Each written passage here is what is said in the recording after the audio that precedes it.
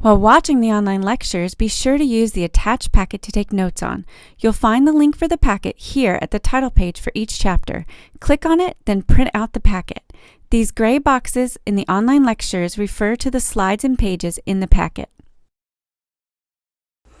In this online lecture, we're going to discuss the concept of electronic configuration and think about what that means. Electron configuration, it's basically how are the electrons configured about an atom? How are they surrounding the atom, basically? And this is very important is because electronic configuration dictates how an atom behaves. In fact, later on in chemistry, as we learn new principles, and you, let's say, want to know how something works the way it does, usually the answer lies in electronic configuration. So let's take some time to really understand how this works.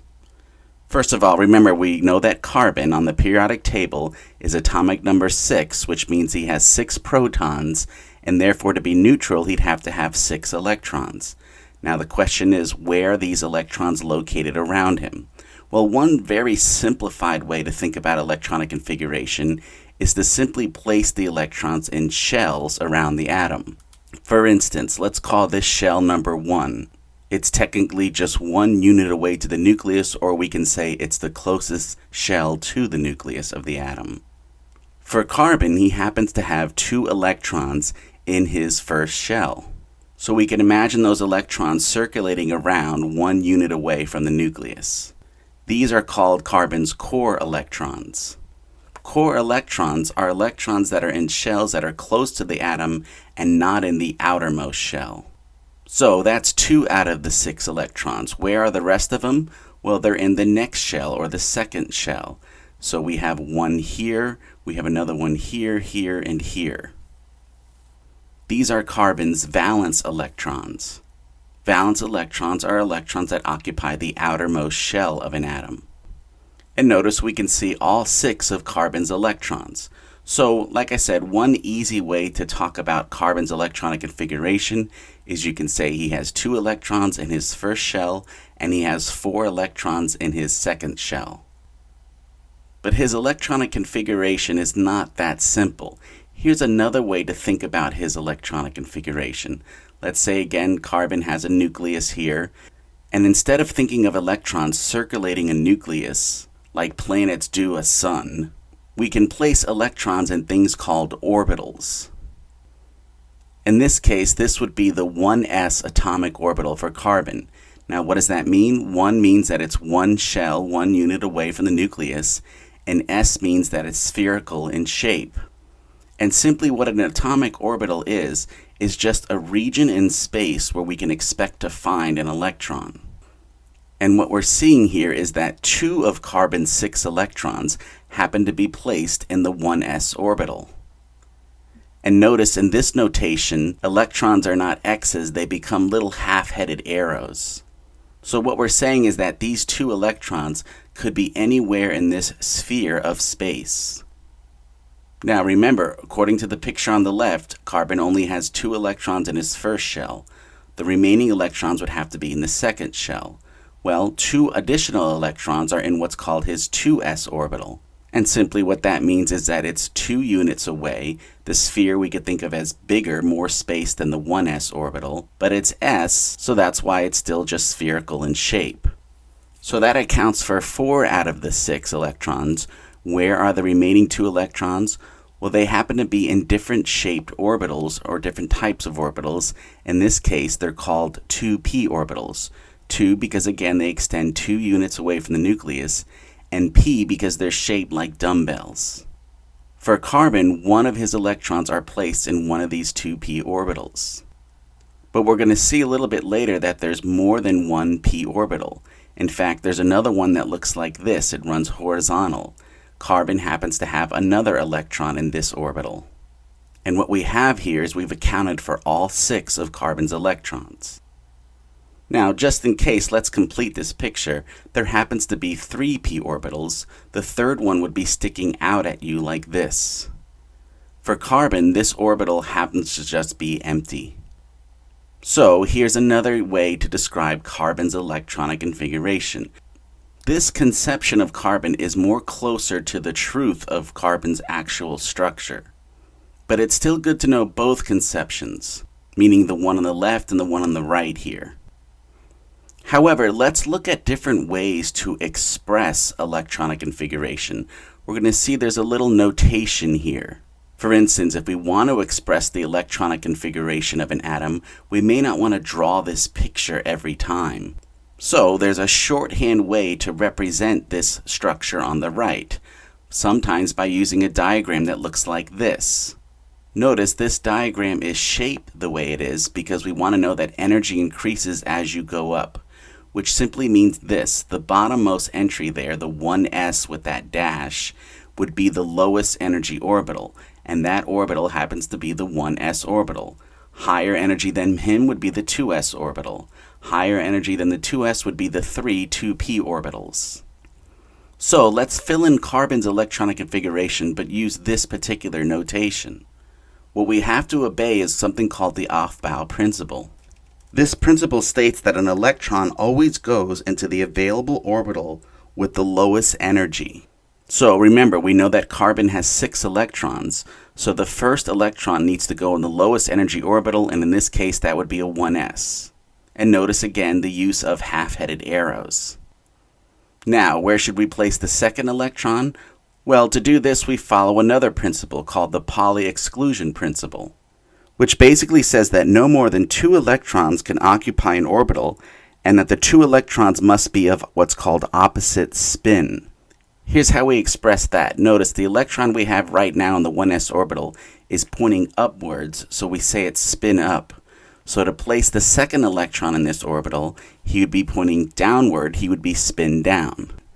These terms basically come from quantum mechanics, which is far beyond the scope of this lecture. What we just want to understand is that this is one way to express that the 1s orbital has 2 electrons in it.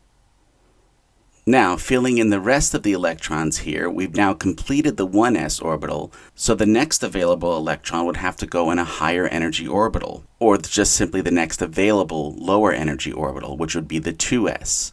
So we'd put an electron here, and then of course a second one here, like this.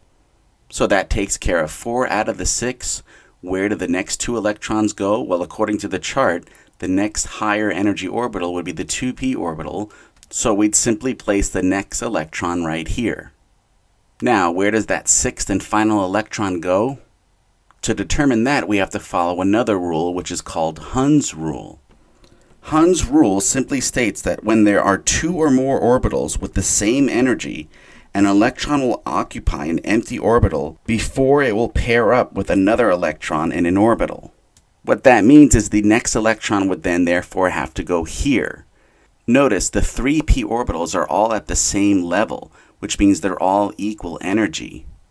And Hund's rule is telling us to put the next electron in the next available equal energy orbital.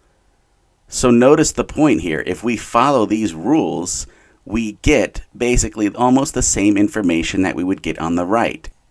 For us in chemistry, it's important to be able to produce that structure on the left and think in our head about the structure on the right. Again, remember, electronic configuration is very valuable. It tells us how an atom behaves. So we'd like to be able to quickly on the fly be able to produce an electronic configuration of an atom so we can figure out why that atom might behave a certain way. And in doing so, what we're creating here is what's called the ground state electronic configuration.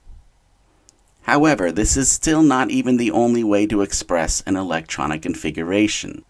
There's an even more condensed way, and let me show you that. For instance, we can express this orbital right here as 1s2. Notice what's happening here is this, what's called the coefficient. 1 is the shell. The next thing is s, the type of atomic orbital it is, and the exponent here too becomes the number of electrons in that orbital. So we read this as 1s2, or 2 electrons in a 1s orbital. And then what we do is we express this next orbital as simply 2s2. And then lastly, we'll express this 2p as simply 2p2. That again means a 2p orbital with 2 electrons in it.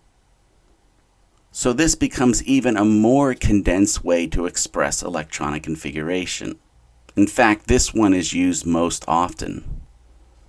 So, how do we determine the electronic configuration of an atom on the fly? And how would we represent it in this way right here on the right? Well, let me show you how that works. There's something important here. Notice I've recreated the periodic table of elements, not the whole thing, but just the first half of it. And below I have a more detailed atomic orbital chart here. This one goes all the way from 1s to 3d. And notice the energy levels here. 3d would be the highest energy.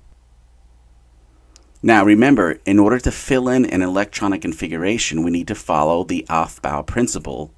So that means we fill in the lower energy atomic orbitals first and work our way up to the higher energy. The question is, how do we know which orbitals are lower or higher energy? Well, that's what the periodic table is for. I'm going to prove to you in a second here that the periodic table can tell us which orbitals are higher or lower energy. In fact, we're going to see how important electronic configuration is because it actually dictates the shape of the periodic table. So let me prove that to you. Notice the trend that I create here. Let's start with hydrogen right here. What would be his electronic configuration? Well, think about it. His atomic number is 1, so he only has 1 proton and 1 electron. So what we would do to fill him in is basically 1 electron right here, and the lowest energy orbital would be right here.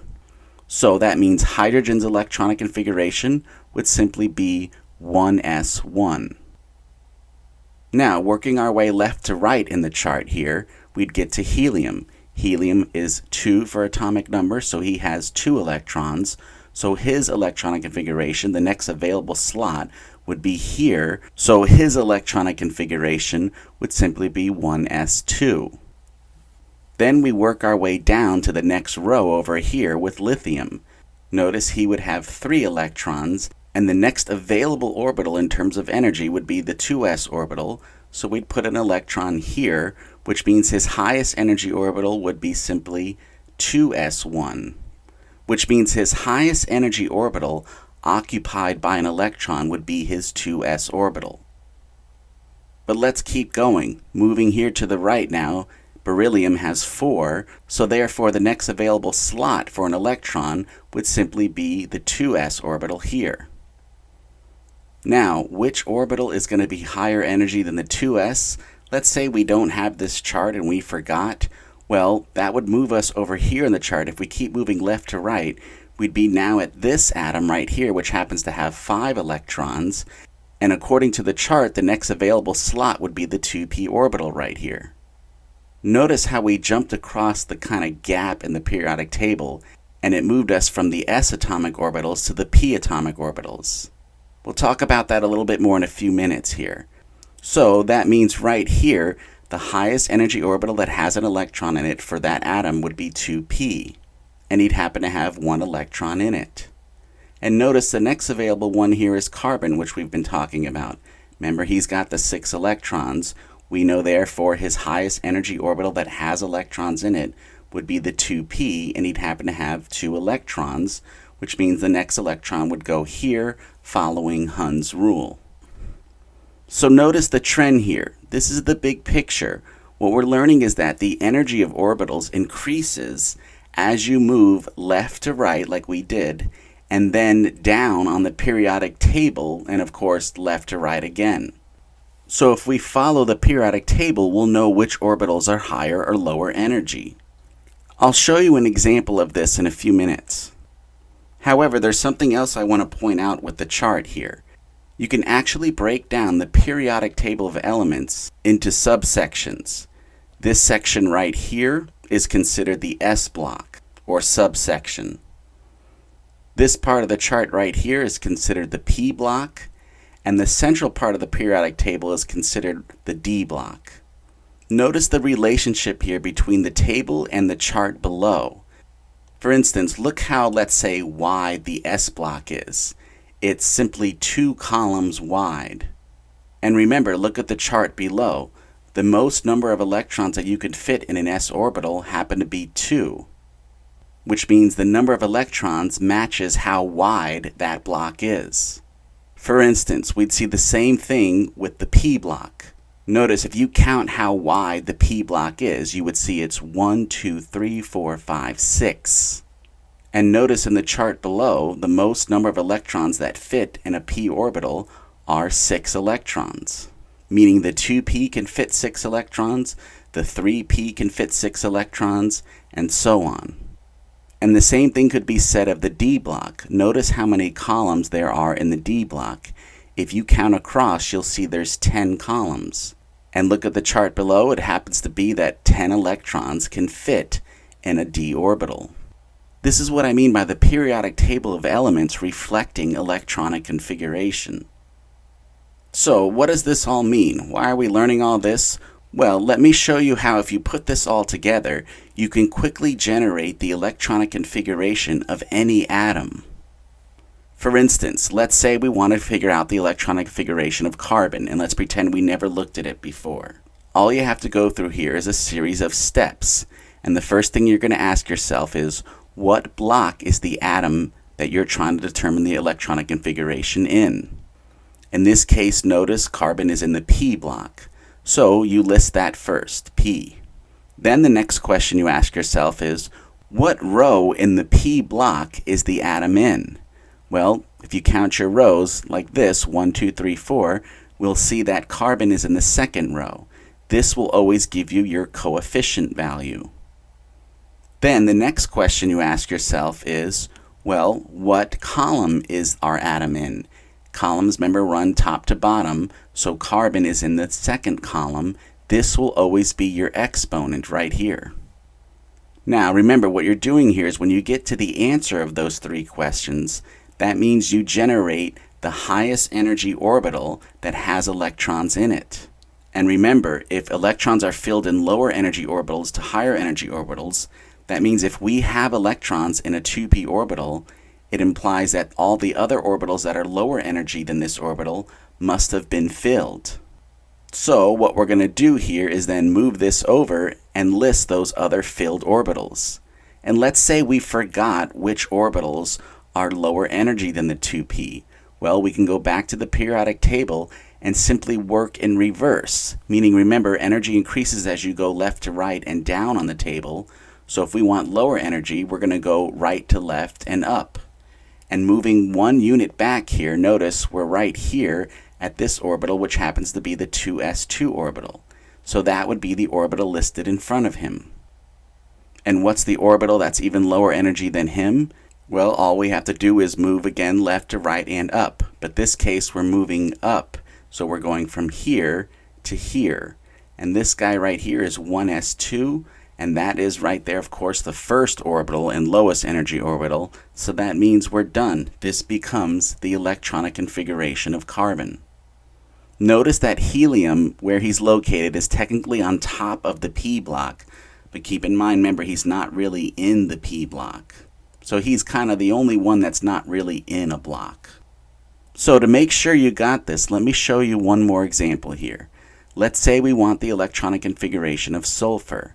Again, ask yourself the questions. What block is he in? He's right here, so he happens to be in the P block. So we'll list that. Then we'll ask ourselves, what row is he in? If you count the rows here, you're going to notice he's in the 3rd row, and that's going to be his coefficient. The next question is, what particular column is he in? Well, if we count our columns here, we're going to notice that sulfur is in the 4th column, and that gives us our exponent. And of course, our highest energy orbital that has electrons. So let's scoot him over here like this and figure out what the lower energy orbitals that would be filled. Well, working our way back to right here, the next available slot would of course be this right here. This would be the 3s2. So we'll list that right here. And then going back up, we're going to move from here to here. This, notice, is the 2nd row of the P block. So this would be simply the 2p6. So we'll list that here. And what's lower energy than him? Again, going back, the lower energy one here would be the 2s2. So we'll list him. And then, of course, going back one more step here like we did before, we're back to helium. And, of course, once you get here, you know that you've reached the end. And this right here is our electronic configuration of sulfur. So there it is, the big picture. If we want to know how an atom behaves and we want to know what his electronic configuration looks like, we have a way to quickly generate it and use a very condensed notational way to do it. This is a must-have skill for any person studying chemistry.